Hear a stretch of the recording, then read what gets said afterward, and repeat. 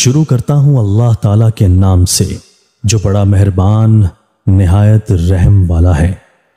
آج سے ہزاروں سال قبل جزیرہ عرب کے جنوبی علاقوں میں یمن کے گرد و نواح میں ایک شہر آباد تھا جسے سبا کہتے تھے، اور وہاں آباد لوگوں کو قوم سبا کہہ کر پکارا جاتا تھا۔ یہاں کے لوگ نہایت ہی نعمتوں اور راحتوں میں تھے، ہر طرف لہلہاتی فصلیں اور پھل سے لدے درخت موجود تھے، مگر یہ قوم شرک میں مبتلا تھی اور سورج کی پوجا کیا کرتی تھی۔ جب وہاں کے بادشاہ شراجیل بن مالک کی موت ہوئی تو اس کی بیٹی بلقیس نے حکومت کی باغدوڑ سنبھالی۔ ملکہ بلقیس ایک قابل عورت تھی جس نے یمن پر 9 سال نہایت ہی خوبصورتی سے حکومت کی۔ دنیا کے بیشتر علاقوں میں جو تجارت ہوتی تھی وہ سبائیوں کے ہاتھ میں تھی، یہی وجہ تھی کہ یہ قوم نہایت ہی دولت مند تھی۔ مگر یہ وہ زمانہ تھا جب مشرق سے مغرب تک ایک عظیم موحد بادشاہ کی طاقتور حکومت اور جاہ و جلال کا ڈنکا بجتا تھا، جسے تاریخ میں سلیمان ابن داؤد کے نام سے جانا جاتا ہے۔ حضرت سلیمان علیہ السلام کی حکومت دنیا کے بیشتر ممالک میں تھی، جس کا دارالخلافہ یروشلم شہر تھا۔ آپ کو ہوا، جنات، چرند و پرند اور جانوروں پر حکمرانی عطا کی گئی تھی۔ ایک دن کا واقعہ ہے کہ حضرت سلیمان علیہ السلام نے دربار لگایا تو جن و انس، جانور اور پرندے سب کے سب حاضر ہوئے، مگر ان کا چہیتا پرندہ ہدہد غائب تھا۔ آپ نے پوچھا ہدہد کہاں ہے؟ جب وہ نظر نہ آیا تو سلیمان علیہ السلام نے فرمایا اگر وہ اپنی غیر حاضری کی کوئی مناسب وجہ پیش نہ کر سکا تو اسے ذبح کر دیا جائے گا۔ ابھی یہ گفتگو ہو رہی تھی کہ ہدہد حاضر ہو گیا۔ پوچھا گیا تم کہاں تھے؟ ہدہد نے بڑے احترام سے جواب دیا، اے اللہ کے پیغمبر، میں اڑتے اڑتے ایک ایسے ملک پہنچ گیا جہاں لوگ شرک میں مبتلا دیکھے، وہ آگ اور سورج کی پوجا کرتے ہیں۔ ان کی ایک رانی ہے جسے وہ بلقیس کے نام سے پکارتے ہیں، وہ ایک بہت بڑے تخت پر بیٹھ کر حکومت کرتی ہے۔ اس کے تخت میں قیمتی ہیرے جواہرات لال زمرد جڑے ہوئے ہیں، اور اس کے پاس تمام شاہی سامان آرائش و نمائش کے موجود ہیں۔ حضرت سلیمان علیہ السلام نے کہا اگر تمہاری بات سچ ہے تو میرا خط اس ملکہ تک پہنچاؤ تاکہ وہ شرک سے باز آ جائے، اور خط پہنچانے کے بعد وہاں بیٹھ کر سنو کہ وہ کیا رد عمل اختیار کرتی ہے، اور پھر آ کر مجھے خبر دینا۔ حضرت سلیمان علیہ السلام نے خط روانہ کیا جو کچھ یوں تھا، شروع اللہ کے نام سے جو بڑا مہربان اور رحم فرمانے والا ہے۔ یہ عزت والا خط سلیمان ابن داؤد کی جانب سے ملکہ سبا بلقیس کی طرف ہے۔ جو ہدایت کی پیروی کرے اس کے لیے سلامتی ہے۔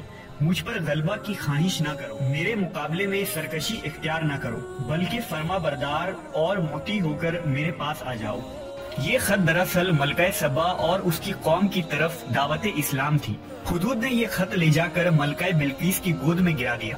ملکہ کے دربار میں اس وقت 300 کے قریب سردار بیٹھے تھے۔ انہوں نے جب یہ خط پڑھا تو طیش میں آ گئے اور کہا کہ یہ ہماری توہین ہے، ہمیں اس کا سخت جواب دینا چاہیے۔ مگر ملکہ بہت سمجھدار تھی، اس نے انہیں سمجھایا کہ خط سے پتہ چل رہا ہے کہ یہ کوئی عام شخص نہیں، خدا کا کوئی پیغمبر ہے، لہذا ہمیں حکمت سے کام لینا چاہیے۔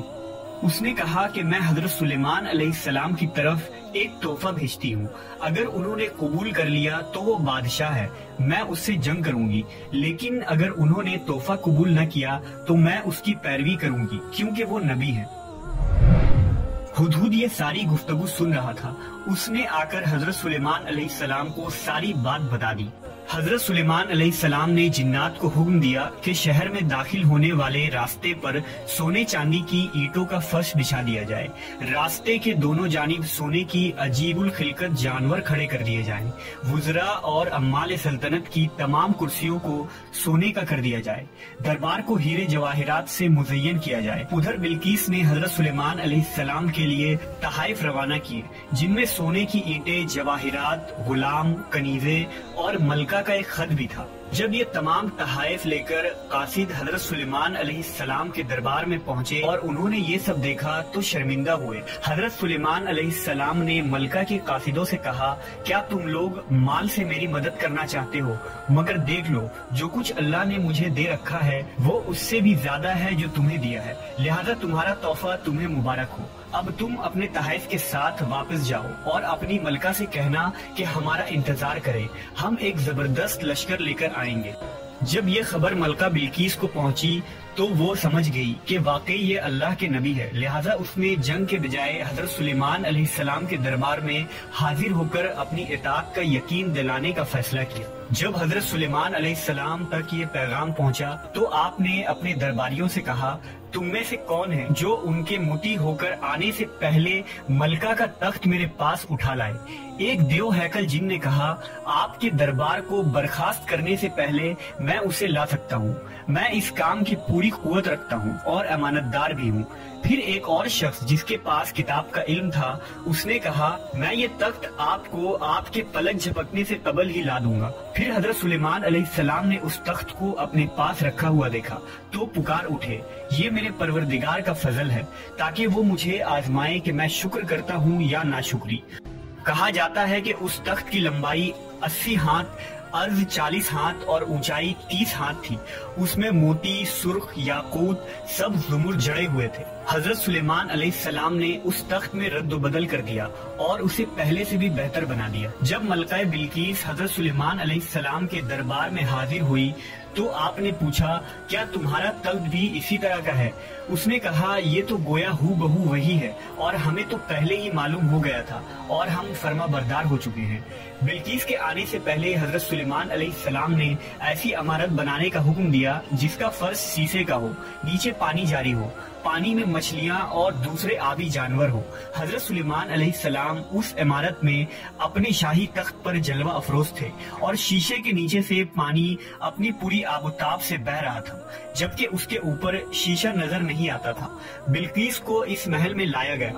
جب اس نے فرش کو دیکھا تو سمجھی کہ یہ پانی کا ایک حوض ہے، لہذا اپنی پنڈلیا سے کپڑا اٹھا لیا۔ سلیمان علیہ السلام نے کہا، یہ تو شیشے کا چکنا فرش ہے۔ تب وہ شرمندہ ہوئی اور بول اٹھی، اے میرے پروردگار، میں سورج کی پوجا کر کے اپنے آپ پر ظلم کرتی رہی ہوں اور اب میں نے سلیمان کے ساتھ اللہ رب العالمین کی اطاعت قبول کر لی۔